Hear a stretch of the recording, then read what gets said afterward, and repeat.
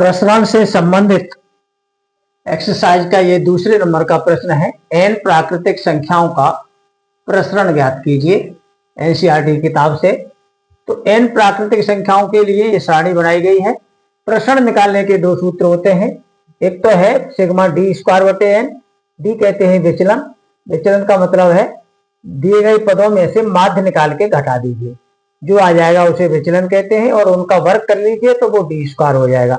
प्रत्येक पद का विचलन और विचलन का भी वर्ग, विचलन को डी लिखेंगे, डी का वर्ग डी स्क्वायर, और विचलनों का वर्ग जो आएगा उसका योग करके एन से बटे कर देंगे तो ये प्रसरण निकल आएगा। दूसरा तरीका है कि दिए गए पदों का ही वर्ग कर लो, माध्य मत निकालिए, विचलन मत निकालिए, पदों का ही वर्ग कर लीजिए और जोड़ लीजिए। तो पदों के वर्गों का माध्य में से घटेगा पदों का माध्य। ये पदों का माध्य है, और माध्य का पदों का माध्य निकाल के इसे एक्स बार कहते हैं, वर्ग करना पड़ता है। कैसे निकाला गया है देखिए। ये पद दिए हैं प्राकृतिक संख्याएं 1 2 3 4 5 से लेकर n तक, और फिर इनका ये वर्ग कर लिया है, 1 का वर्ग, 2 का वर्ग, 3 का वर्ग। ये x है तो ये x स्क्वायर लिखा गया है। इसका योग समांतर श्रेणी के सूत्र से निकाला है। n पदों का योग होता है समांतर श्रेणी में n/2 पहला पद प्लस अंतिम पद। तो ये पहला पद और अंतिम पद लिखा यहां से, और ये तो n/2 पहला और अंतिम पद का योग, और ये वर्गों का योग जो है ये विविध श्रेणी, इसी में एक आगे टॉपिक था वो अब कोर्स में नहीं है, लेकिन इसका यूज बना हुआ है। तो ये सूत्र याद रख लीजिए वर्गों के योग का, n+1 2n+1 बटे 6। तो ये प्राकृतिक संख्याओं के वर्गों के योग के सूत्र है, याद आपको रखना पड़ेगा।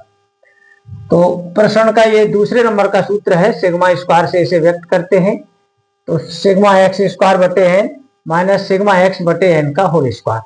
तो सिग्मा एक्स स्क्वायर ये लिखा हुआ है, अपॉन एन आपने कर दिया, अपॉन एन यहाँ लिखो। ये 6 तो इसमें सूत्र में है, n+1 2n+1 बटे 6, और 1 बटे एन आपको लिखना है, माइनस सिग्मा एक्स का ये मान लिखा है n+1 बटे 2, और 1 n बटे में आपको लिखना है। तो हुआ क्या है, इस n से इस n को काट दें, इस n से इस n को काट दें, और दोनों में से कुछ कॉमन आ जाए तो कॉमन ले लें।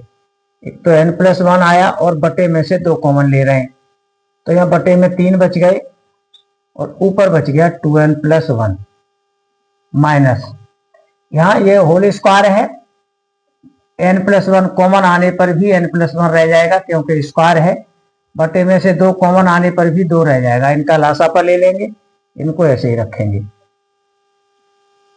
6 लासापा हो गया।